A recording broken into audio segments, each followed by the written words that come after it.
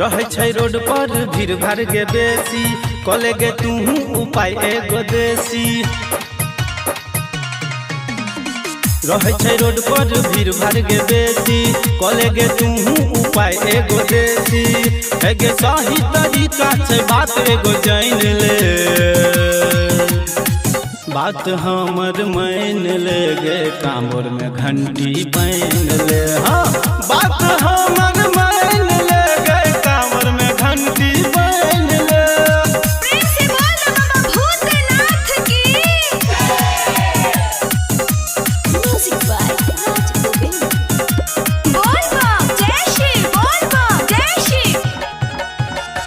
गंगा जल तू लो ले गे कान्हा बकावर भले गे।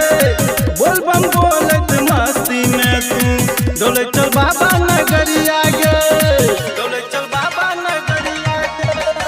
गंगा जल तू लो ले गे कान्हा बकावर भले गे।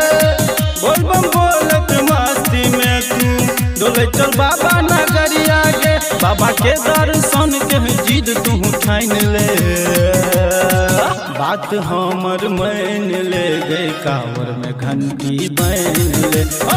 बात हमर मान ले गे कांवर में घंटी बन ले।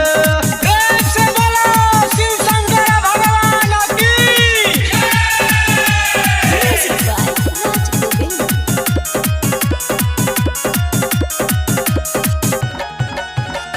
भक्ति भजन कहिला से बाबा के धाम गैला से सब दुख तो हर दूर भजत।